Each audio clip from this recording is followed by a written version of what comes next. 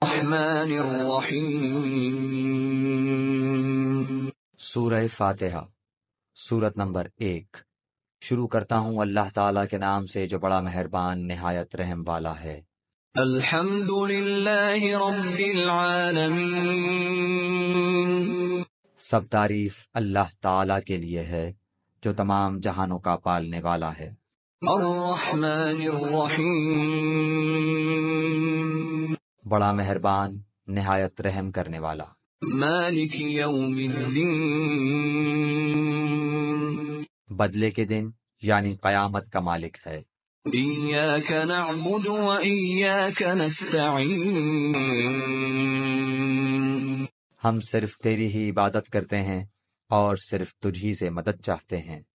اہدنا الصراط المستقیم۔